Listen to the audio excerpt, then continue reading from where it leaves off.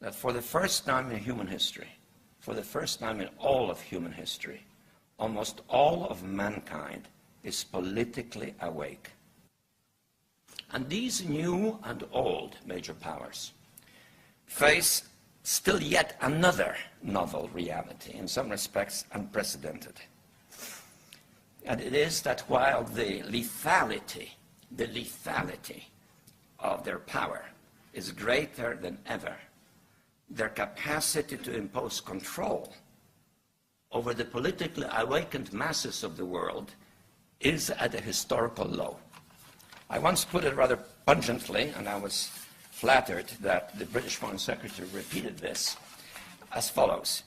Namely, in earlier times, it was easier to control 1 million people, literally. It was easier to control 1 million people than physically to kill 1 million people. Today, it is infinitely easier to kill 1 million people than to control 1 million people. It is easier to kill than to control.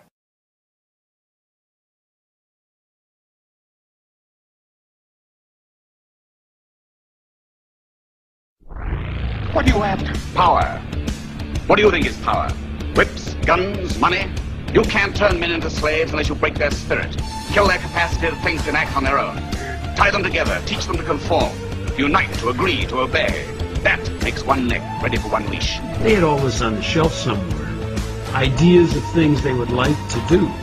And they got 9/11 and they said, it's our chance. Go for it. The Patriot Act supersedes, basically, is superseding the Constitution. The U.S. military is making plans for a major outbreak of swine flu.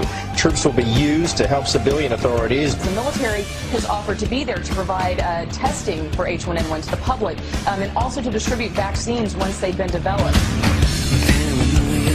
Is in bloom, the PR transmissions will resume. I try to push, try to keep us all down and hope that we will never see the truth around. Another promise, another scene, another package like to keep us trapped in greed. A green bells wrapped around our minds, an endless red tape to keep the truth confined. Go back to bed, America. Your government has figured out how it all transpired. Go back to bed, America. Your government is in control again.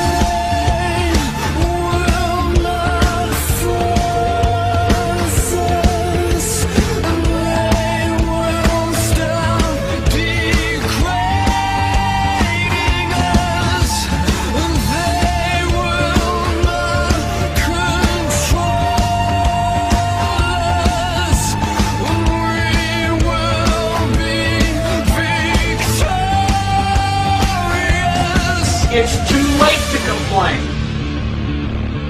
You should have complained at the beginning, when you at least had a chance.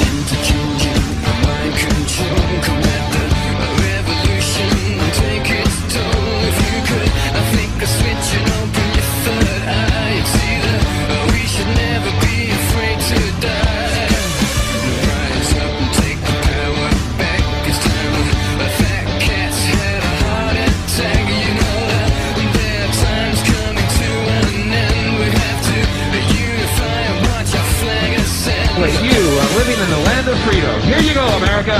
You are free to do as we tell you. You are free to do as we tell you.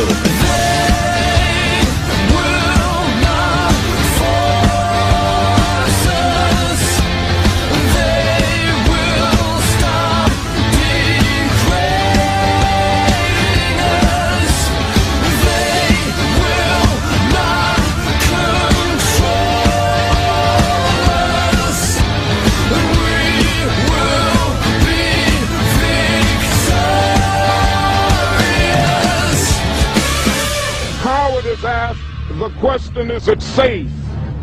Expediency asks, the question is it politics? Vanity asks, the question is it popular? But conscience asks, the question is it right? And there comes a time when one must take a position that is neither safe, nor politic, nor popular, but he must do it because conscience tells him it is right.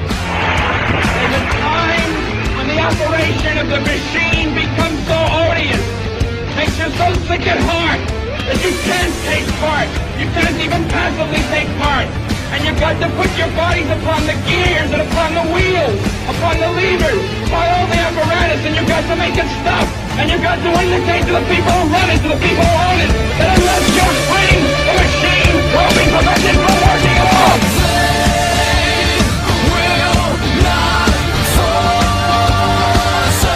I want you to get back.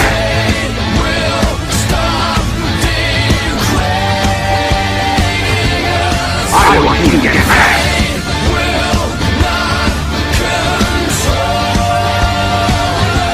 I want you to get back.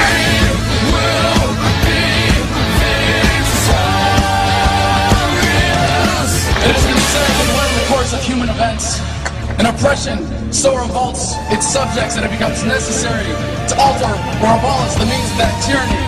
Is it that time when our Bill of Rights is defiled every day? When our adventures abroad threaten our security at home? When the Federal Reserve keeps our free nation enslaved by debt? And now,